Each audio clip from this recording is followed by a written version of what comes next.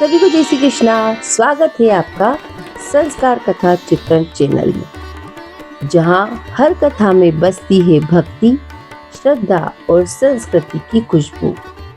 आज की हमारी कथा है आंवला नवमी, जिसे अक्षय नवमी या अनला नवमी भी कहा जाता है।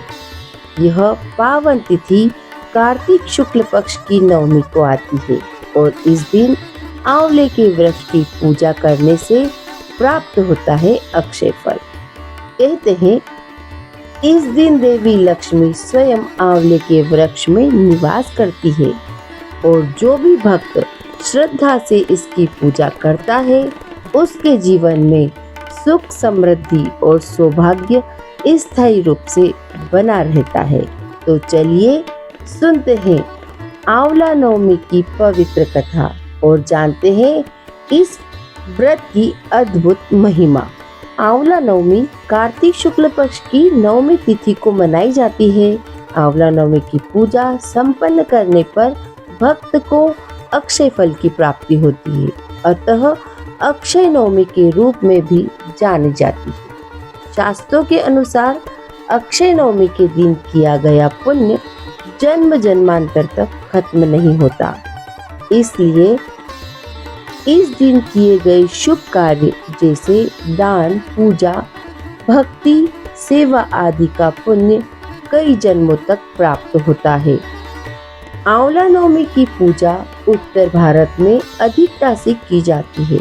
इस दिन आंवले के पेड़ के नीचे भोजन पकाया जाता है तथा परिवार के सभी सदस्य एक साथ बैठकर उस भोजन को ग्रहण करते हैं।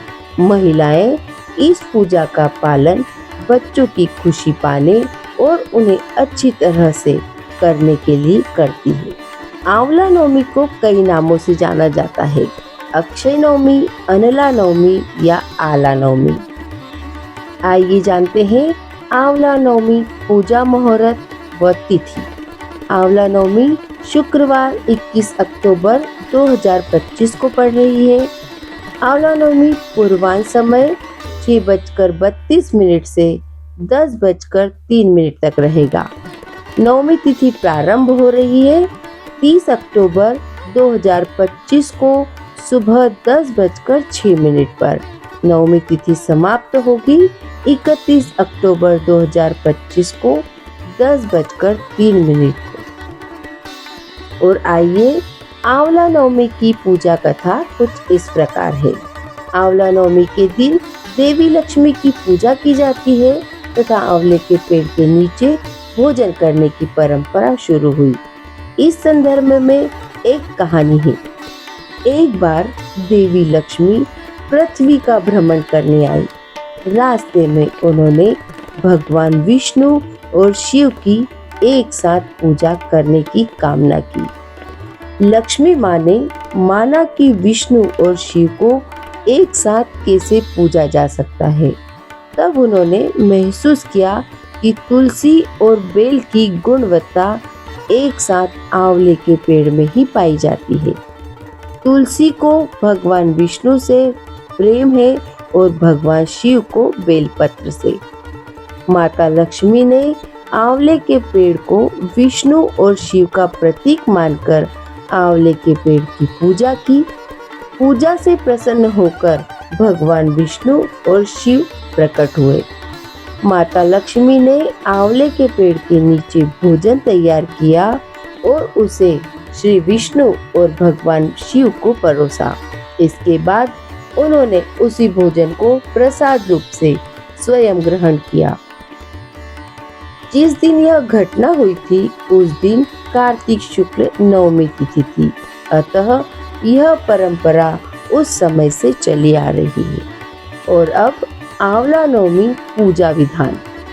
आंवला नवमी के दिन महिलाओं को सुबह स्नान करना चाहिए और अपने पास स्थित किसी भी आंवले के पेड़ के पास जाना, उस पर सफाई करना चाहिए। इसके बाद आंवले के पेड़ के नीचे पूर्व दिशा में खड़े होकर जल और दूध चढ़ाना चाहिए। इसके बाद पूजा आदि करने के बाद पेड़ के चारों ओर रुई लपेटे और परिक्रमा करें। अंत में आंवले की आरती उतारें और परिवार की सुख समृद्धि की कामना करें। तो यह थी आंवला नवमी की संपूर्ण जानकारी तथा व्रत कथा।